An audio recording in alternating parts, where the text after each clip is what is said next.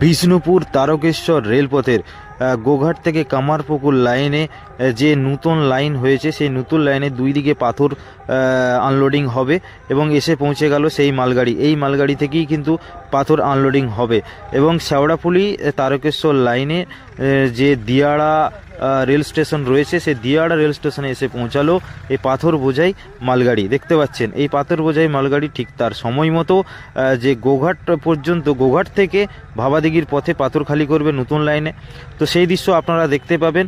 আর গোঘাট পর্যন্ত যেহেতু ইলেকট্রিফিকেশন রয়েছে, তারপর থেকে যেহেতু ইলেকট্রিফিকেশন হয়নি নতুন লাইনে, সেক্ষেত্রে এখানে যে লোকোমোটিভটি রয়েছে সেই লোকোমোটিভটি কিন্তু চেঞ্জ করে আবার ডিজেল লোকোমোটিভ নিয়ে রওনা দেবে গোঘাট থেকে ভাবাদিঘির পথে। সেই দৃশ্য আপনারা দেখতে পাবেন। আর এই মুহূর্তে দাঁড়িয়ে রয়েছে দিয়াড়া রেল স্টেশনে, আর এই মালগাড়িটি যাবে তারকেশ্বর রেল স্টেশন, সেখান থেকে কিন্তু চেঞ্জ হবে লোকোমোটিভ। আর এখন এই মালগাড়ির সাথে রয়েছে ইলেকট্রিক লোকোমোটিভ রয়েছে এবং এই ইলেকট্রিক লোকোমোটিভ চেঞ্জ করে যাবে ডিজেল লোকোমোটিভ নিয়ে এবং সেখানে পাথর খালি হবে এবং সেই দৃশ্য আগামী দিনে দেখতে পাবেন। নতুন লাইনে কিন্তু একটা পাথর খালি হবে ভাবাদিঘির পূর্ব পাড় পর্যন্ত, যতদূর অবধি রেল ট্র্যাক ফিটিং কমপ্লিট হয়েছে।